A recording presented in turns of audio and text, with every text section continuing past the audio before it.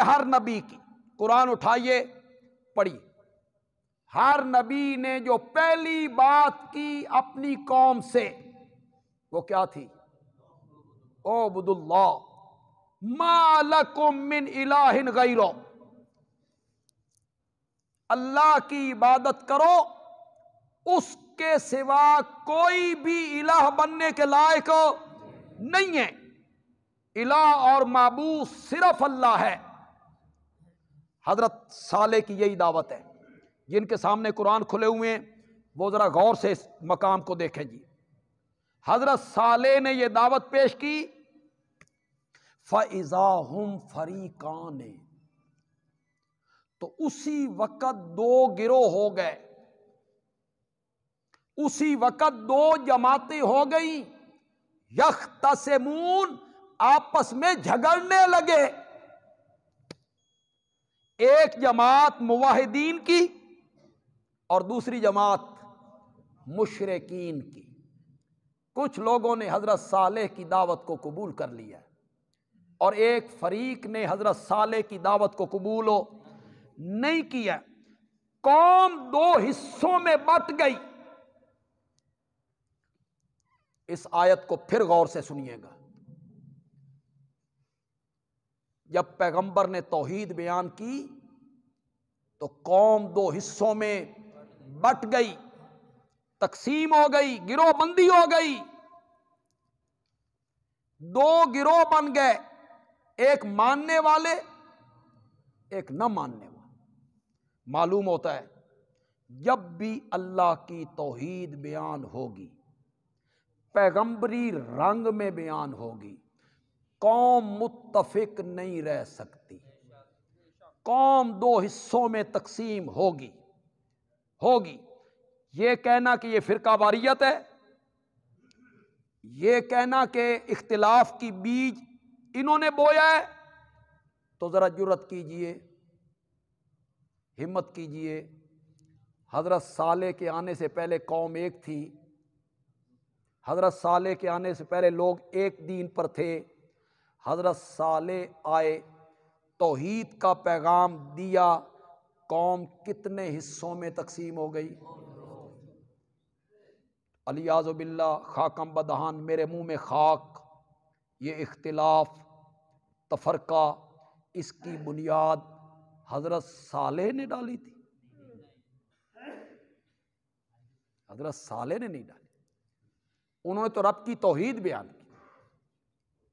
جب توحید بیان ہوگی، پیغمبری رنگ میں بیان ہوگی، قوم متفق نہیں رہ سکتی۔ آپ بتائیں، میرے آقا امام الانبیاء خاتم النبیین حضرت سیدنا محمد الرسول اللہ صلی اللہ علیہ وسلم مکے میں آئے نبی بن کے، مکے کے لوگ کتنی جماعتوں میں تقسیم تھے؟ سب ایک، سب لوگ ایک دین پر ہیں، شرکیہ دین،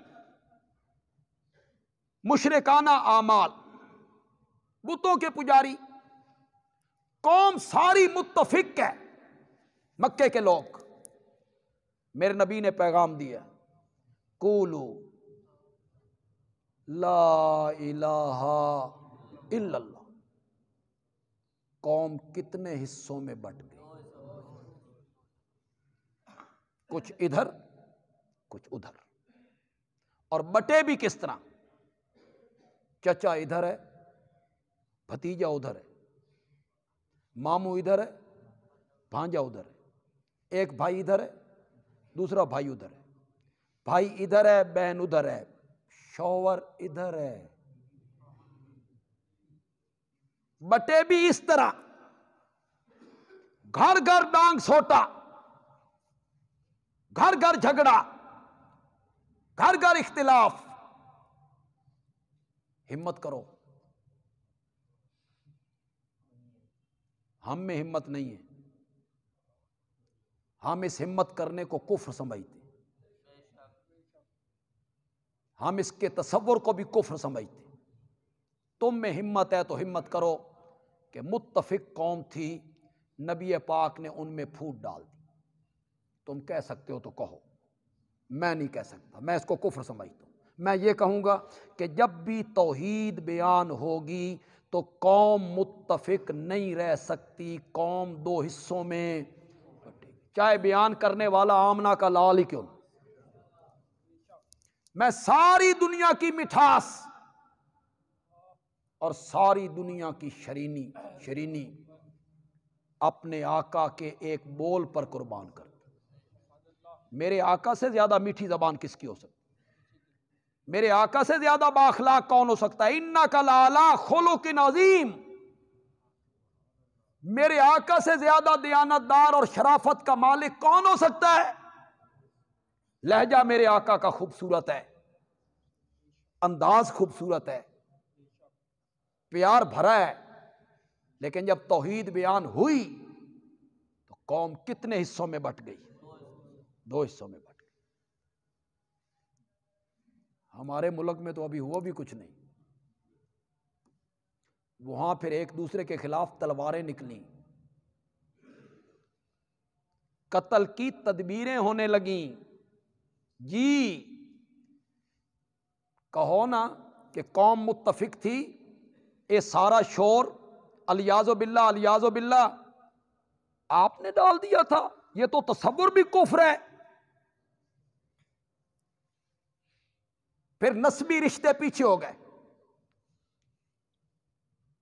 خونی رشتے پیچھے ہو گئے، اور ایمانی رشتے آگے آ گئے۔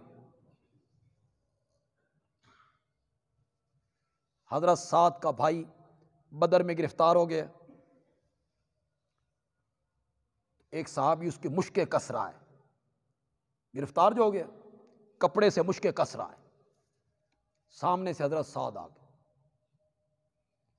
دیکھا کہ میرے بھائی کی مشکیں باندھی جا رہی ہیں۔ بھائی نے دل میں سوچا کہ بھائی جان آ رہے ہیں، میری سفارش کریں گے، ضمانت دیں گے۔ جب حضرت سعد قریب آئے تو اس باندھنے والے صحابی کو کہا، ذرا کس کے بنی، اس دی ماں کول پیسے بڑے نہیں، ماں تو حضرت سعد کی بھی تھی، ذرا کس کے بنی، اس دی ماں کول پیسے بڑے نہیں، فدیہ چنگا لبھے گا۔ بھائی کہتا ہے، بھائی جان سفارش تو یہ کرنی چاہیے تھی کہ ذرا ہلکا باندھنا ہے، میرا بھائی ہے۔ حضرت سعد نے فرمایا، تو میرا بھائی نہیں ہے، باندھنے والا میرا بھائی ہے۔